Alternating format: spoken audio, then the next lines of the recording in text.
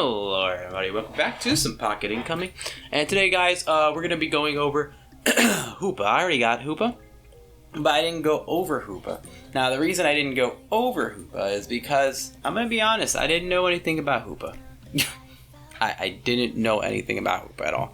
So, I did my research, and I watched the movie, the Hoopa and the Battle of Ages or something like that. Not the exact name of it, but you know. And I learned some stuff from the movie, so there would be spoilers from, you know, the movie. And that's what I went off to explain Hoopa, basically. So, you know, spoiler alert right now. Just, you know, if you want to, you know, you should have already seen the movie. It's pretty old, so. But Hoopa is a funny, kind of playful, you know, Pokemon. He likes playing jokes on people. He's a jokester type. And Hoopa's story basically goes in the beginning that he was, you know, he went to a village, the village there, and he stole their food. And they got upset, and to repay them for, you know, him eating their food, he gave them gold. Lots and lots of gold. So their place that they were at prospered. They had a great time and everything. And for exchange for food, you know, them giving him food, he would grant them wishes. And one of the wishes was, can you battle other Pokemon? Can you beat other Pokemon?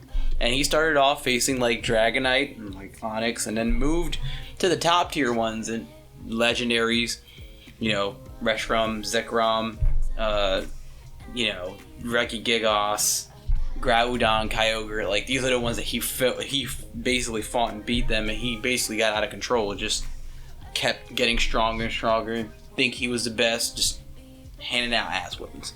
So they managed to trap him in a bottle that was made from the I guess the person that was watching him, their great-grandfather, trapped him in the bottle. The Hoopa, the dark version of him. And Hoopa, the little version of him, little cute one, he was basically what was left, you know, before he lost all his power. So, that is basically the story of Hoopa. Now, Hoopa is very strong. Even in a movie, he was very strong. He was able to pull, you know, Pokemon from other dimensions. I mean, he even pulled Palkia and Dialga, and Palkia would be out of time because he's like space.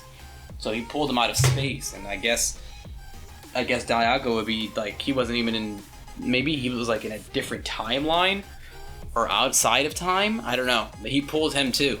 So I mean, that's pretty impressive power. So in this, he has his base stats are a little increased. There's still 680 on base stats, but most of his power is going toward, most of his stats on here is going towards right here, is going towards special attack. So he's probably a high damage dealer of the special attack. I mean, physical defense is pretty low.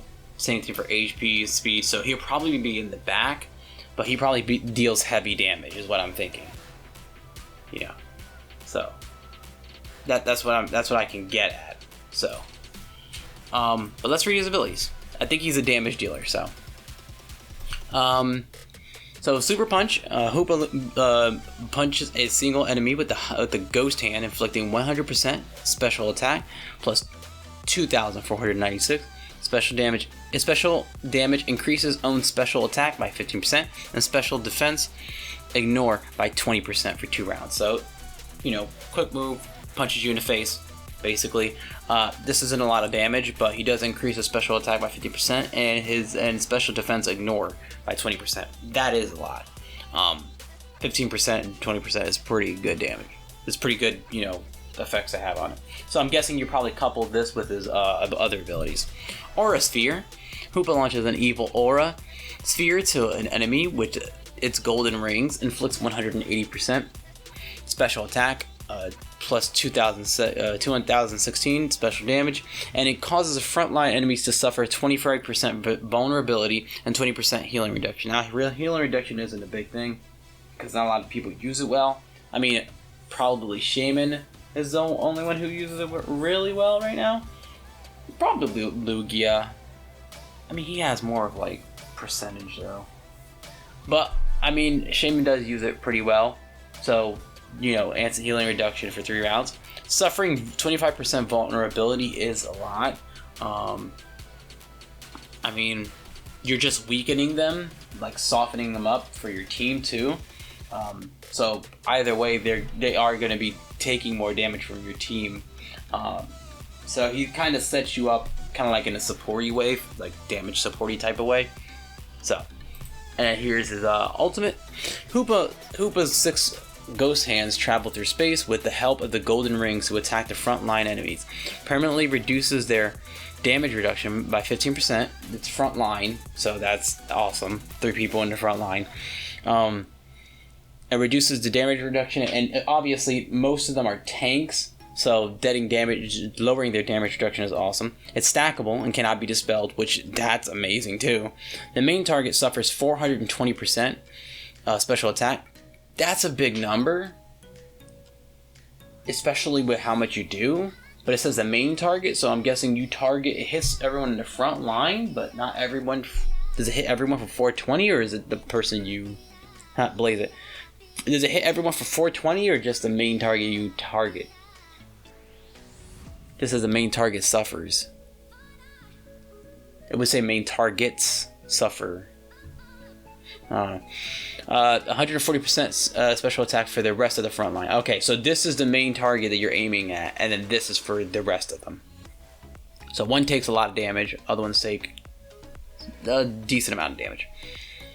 Plus 4,992 special damage. Instead, the main target stays in the hole until Hoopa finishes its next move. So you put him in a orb, like a little, his little portal thing.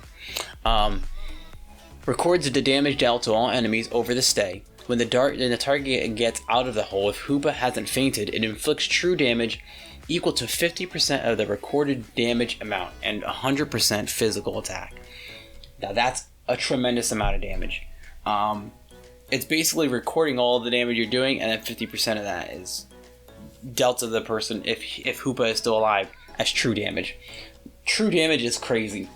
And getting that inflicted, depending on how much how many moves you do, is crazy. Now, you would want Hoopa to probably go first until it records it. Well, it doesn't matter because it says until Hoopa's next move. So everyone's still going to attack until Hoopa, does his thing. But it says record damage amount and 100% physical attack. So you're also taking physical attack damage, which is kind of crazy.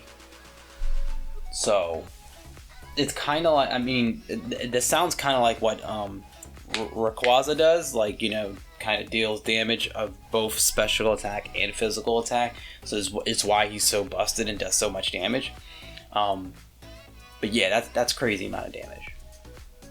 So, what does it say? Hyperspace attacks cause an additional true damage of equal to 30% of the target's max HP. That's crazy. That's a lot. If your max HP, it's a lot. Okay, it's passive. After each big round, gives 6 golden rings to a random front line enemies and gets all golden rings. I'm sorry, I spaced out. What? Before each round, gives 6 golden rings, okay, to random frontline enemies. Oh, okay. All golden rings back before Hoopa moves. Gets them back instantly when the target faints. Okay. The golden ring. Special effect. Each golden ring reduces a certain value of the target's corresponding base stats. Wow. The value equals 8% of Hoopa's corresponding stats. And can be dispelled. Stacks up to 3 times on a single target. 1v1s must be crazy with him. Because you would just stack it on top of him. Reduces the final damage taken by Hoopa by 16.1% and removes 150% of the damage to run one random enemy frontline enemy at the same time.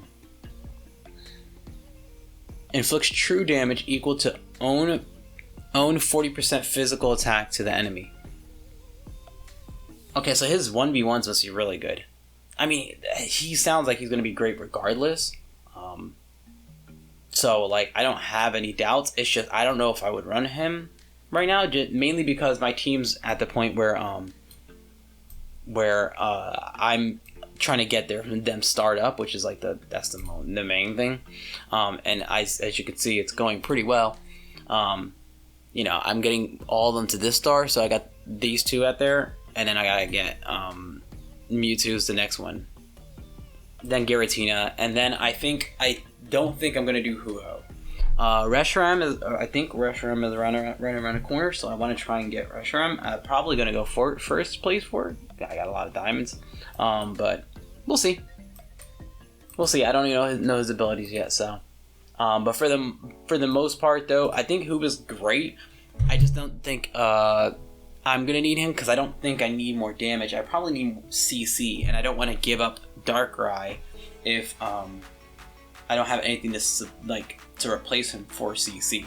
Unless, let's say, I got all of these guys to I got these guys all to 5. I mean not 5 to the star here. Then I probably start moving Hoopa there if I feel like it, because Hoopa is probably still a lot of damage, and his ring supports CC, so I might run him. Right now, though, not totally confirmed, and I might run Shaman in front of Ho-Oh, but I don't know yet because Shaman's been proven to be really crazy. He has death immune, so we'll see that. We'll see what happens. I just want to work on my main team right now, and I haven't been able to see anyone that came in that I like, you know. So right now it's just leveling up the stars, and when I get them maxed out, then I'll worry about the ones that are coming. So, but there you go, guys. That was pretty much it. You're gonna see a video that's gonna show the animations. I mean, the animations on this game are always freaking amazing. So, I mean, this game's amazing with animations. So, I hope you guys enjoyed though. The animations will be up soon, and I love you guys, and I'll catch you guys in the next one. Peace.